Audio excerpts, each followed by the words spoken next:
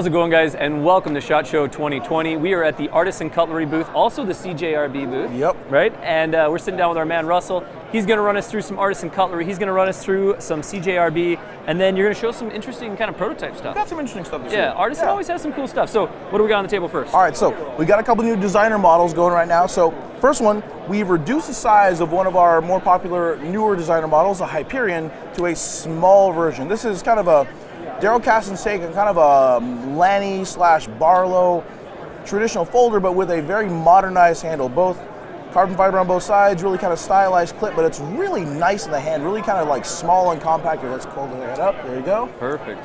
So try that out. Oh yeah, that does feel good. It opens up really nice. Slick. Yeah. And the size is excellent. Like it's really like it's turned from a big Bowie into a gentleman's knife. Yeah, I love that. The transition could not have been cleaner, and it's just so slick looking. It's lightweight, it's elegant, and it kind of sits kind of between that modern style and a very much like it's an old school style knife. Like yeah, I think at the beginning with a lot of modern traditionals, you were like, it's a Barlow, Lanny, clip point. Right? With a lot of modern traditionals now, I feel like they take on so many names. It's just like it's just a really nice knife. Exactly. Yeah. So we did that one. So next, we have a new prototype by Dirk Pinkerton, who designed the Proponent before. Now he wanted to go for a much more tactical design. This is, in his words, a handle minimized knife.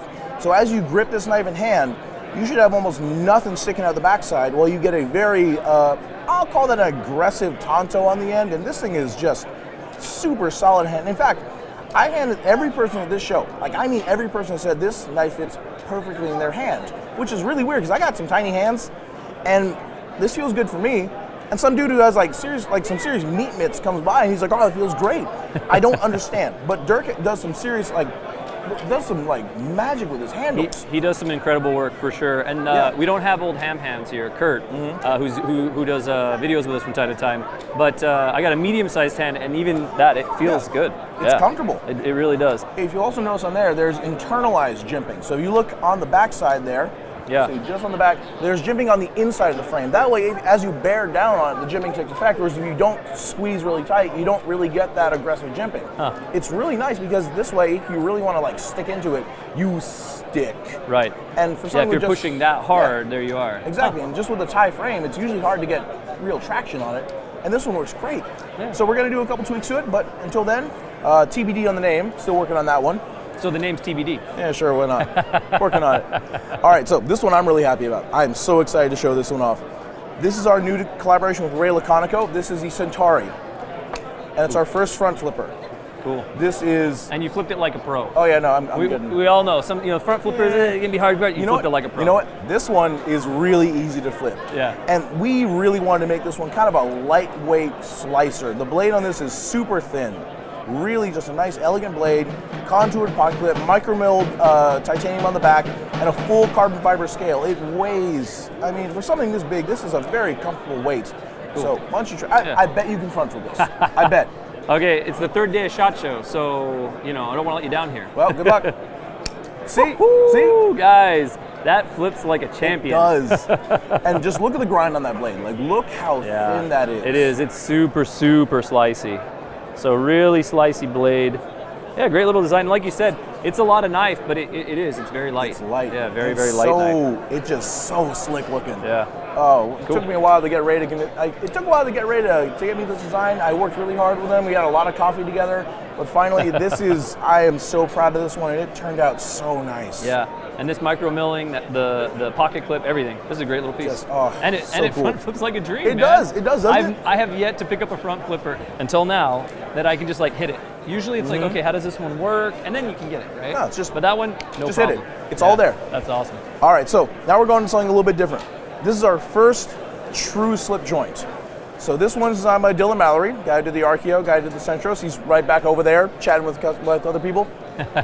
Nope, he doesn't see me. Nope, it's cool. Yeah. So, no name on this guy yet. We like Dylan. Dylan's fun. No name on this guy yet. This is our very first time doing a slip joint. I think we got it pretty well. The action on this is really good. The walk and talk's really nice.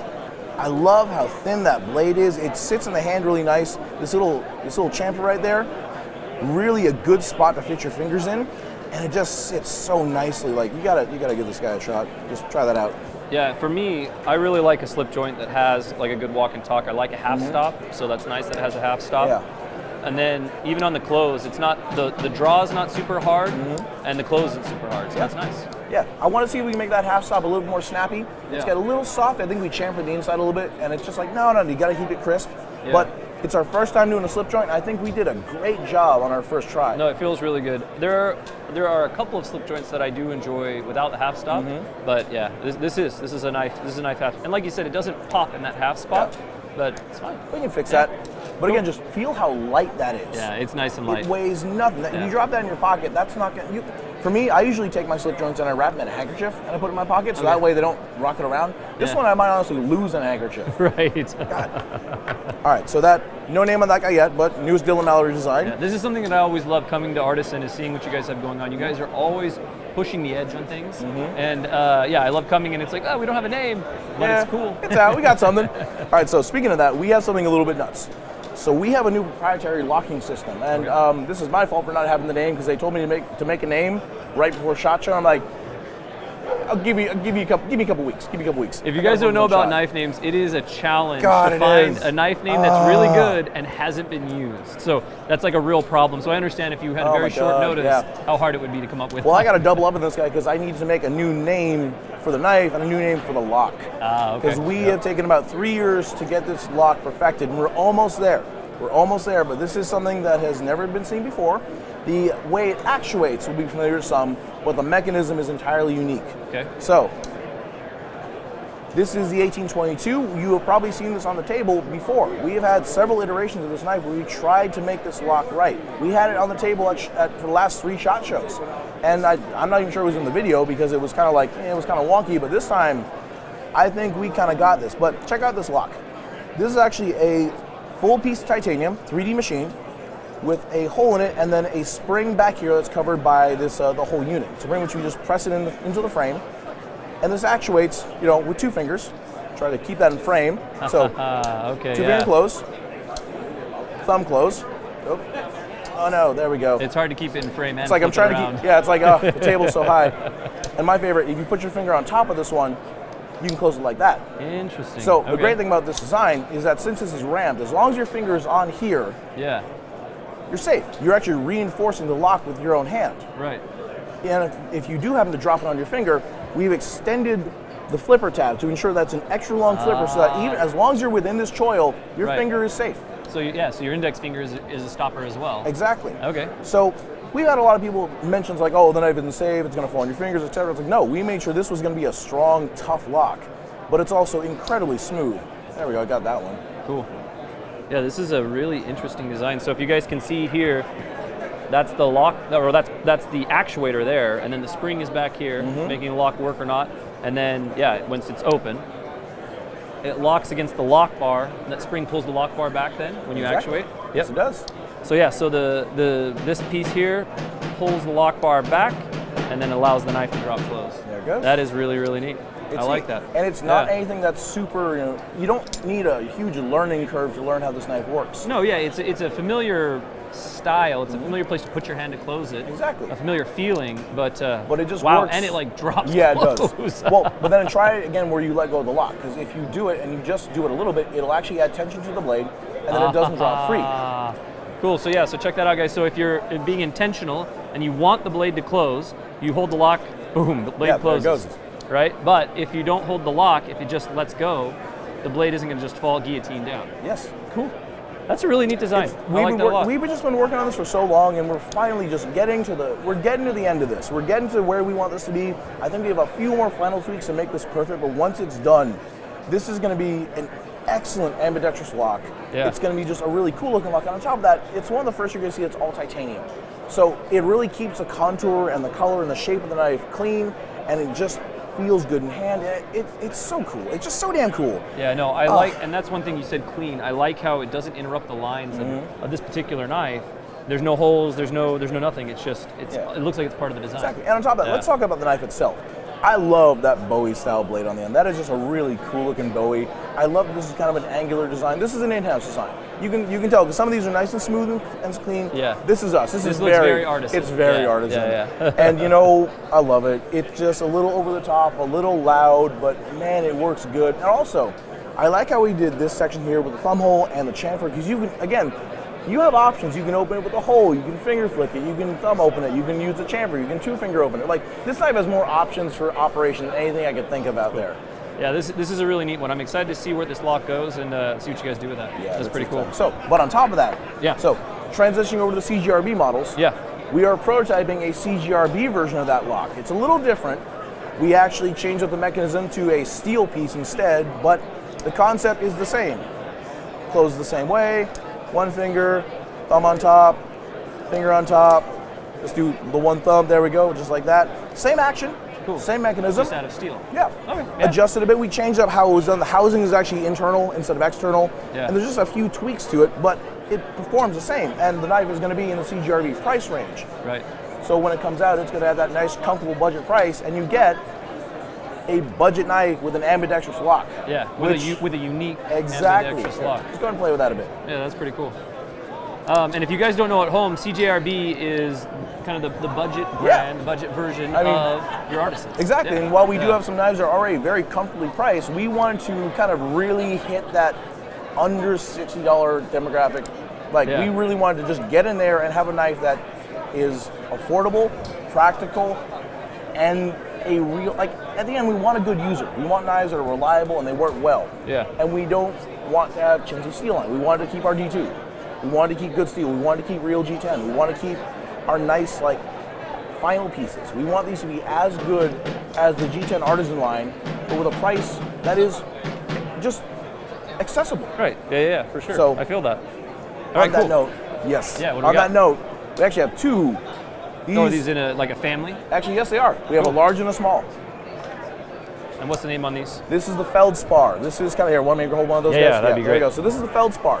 This is kind of the most recent knife coming out of CJRB that we wanted to put all of our effort into to make feel premium. This has contour G10. This has an inset liner. So this way you have a nice clean close, clean open, a little gold accent.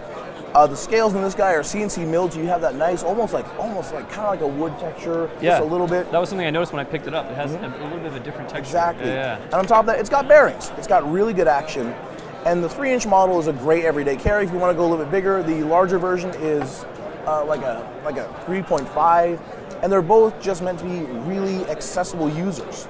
And they're just super comfortable in the hand, and they feel great. Like, I've carried a couple of these for a while. I think they're really awesome. I really appreciate that this just feels like, if you had asked me what this knife cost 5-10 years ago, I would have said, yeah, this is probably like an Italian-made knife, maybe like $120, $130. It's like, no, it's like $60. Yeah. Well, this is something that I'm excited to see because Artisan makes some incredible designs. CJRB, I've seen some of the designs there, and nothing to me is like really spoken to me.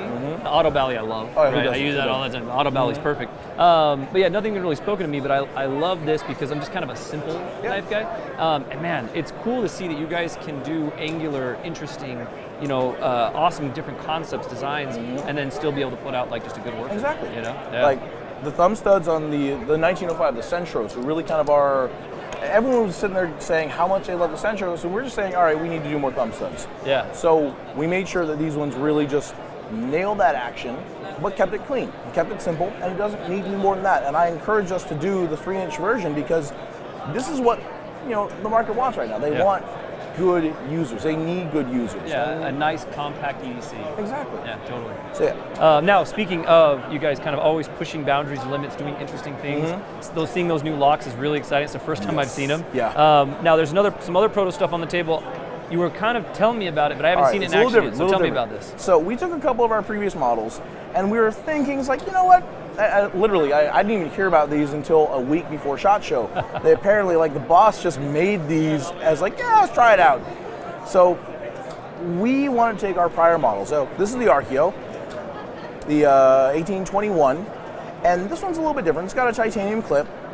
It's got a, it's got a full G10 backspacer. There's one major difference here, if you can spot it. There's no lock. Right. This is our Well, I can't say it's our first non-locking because that would be the slip joint, but this is actually on a ball bearing detent. So this knife, let's see if I can get this in camera, has some great fidgety action. Huh, Oh, I interesting. missed that second one. I feel so bad. There you go. There you But go. oh, it feels so good. It has that nice, satisfying clack open, but it doesn't lock. Right. So this is more accessible for the European and Asian market. Yeah, of but course. right now, there are actually a lot of American people who prefer the non-locking knives that are like this. It's an alternative to a slip joint. Yep. This gives you the action that you expect from Artisan, but you know that legal issue that comes up with in some parts of the U.S. Yeah. and some parts of the world. It's a bypass. Yeah. But we figured, well, you know, that's great and all, but man, these knives just perform better when they lock. So we did include a little extra piece here. So this little tiny steel pin. There's a hole back here. Just pop this guy back in there, and you have a coincidentally locked knife. I think that is awesome. So, Here, just so I grew up in Nevada. I live in Utah.